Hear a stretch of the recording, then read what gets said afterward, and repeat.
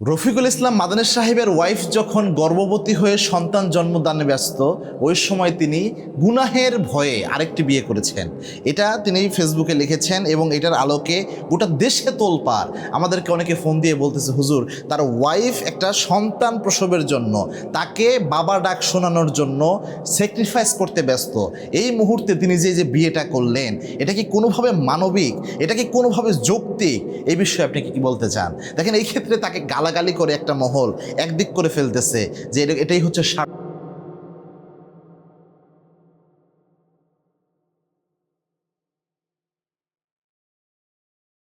এবং এটাকে ফরজের অবস্থায় নিয়ে চলে যাওয়ার অবস্থা, যে এটা না করলে বুঝি ইমানই থাকে না, দ্বিতীয় বিয়ে না করলে, এরকম একটা মারাত্মক অবস্থা। দেখেন, দুই পক্ষই একটা জিনিস বোঝার চেষ্টা করেন। প্রথম কথা হচ্ছে, তিনি তার পার্সোনালি কি প্রবলেমের জন্য তিনি দ্বিতীয় বিয়ে করতে হয়েছে, সম্পূর্ণ বিষয়টা কিন্তু তিনি অনলাইনে নিয়ে আসেন নাই। তিনি শুধু এতটুকু বলেছেন তার নিজের প্রয়োজনে এবং গুনাহ থেকে বাঁচার জন্য তিনি এটা করেছেন। এখানে এর মধ্যে আরও অনেক বিষয় থাকতে পারে। শুধু তার স্ত্রী সন্তান জন্মদানকালে ব্যস্ত, এই জন্য তিনি নিজে ধৈর্য ধারণ করতে পারতেছেন না, ব্যাপারটা এমন নাও হতে পারে।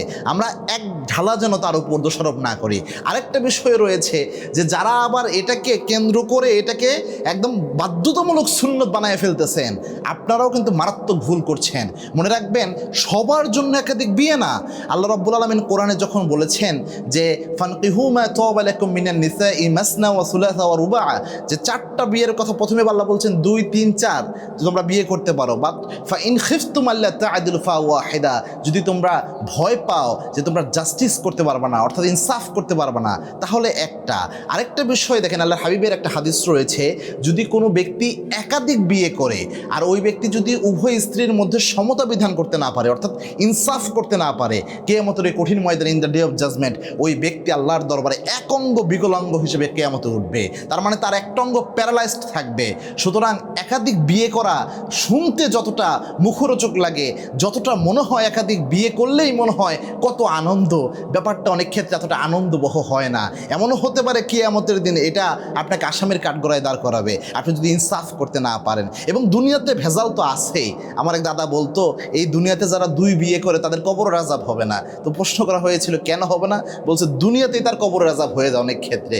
যদি কোনোভাবে 2 ওয়াইফ বনিবনা মেন্টাল ওইভাবে ম্যাচ না করে, মেন্টালি যদি তারা একজন আরেকজনের সাথে শ্যুট করতে না পারে, অনেক ক্ষেত্রে এত কষ্ট তাদের জীবনে চলে আসে। সুতরাং প্রিয় ভাইয়েরা, আমরা যেন ঢালাওভাবে মনে রাখবেন, বিয়ের হুকুমটাই এমন। ওলামা একরাম, আপনারা যদি ফিকার কিতাব দেখেন, কোনো ব্যক্তির জন্য বিয়ে করা ফরজ আইন হয়ে যায়, কোনো ব্যক্তির জন্য বিয়ে করা ফরজ, কোনো ব্যক্তির জন্য ওয়াজিব, কোনো ব্যক্তির জন্য সুন্নাহ, কোনো ব্যক্তির জন্য আবার বিয়ে করা হারাম হয় তার শারীরিক ফিটনেস বা অনেক দিক বিবেচনা করে। সুতরাং আমরা যেন জেনারেলাইজ না করি, অর্থাৎ সবাইয়ের উপর ফতোয়া না চাপায় দেই, তাকে একদম ফেরেশতা বানায়া এটাকে একদম বাধ্যতামূলক সুন্নাহ যারা বানাচ্ছেন, যে ওলামা একরামরা, যে এটা করতেই হবে, যারা করে না তারা সবাই জেনাকার, যারা করে না তারা সবাই চরিত্রহীন, এটাও ঠিক না।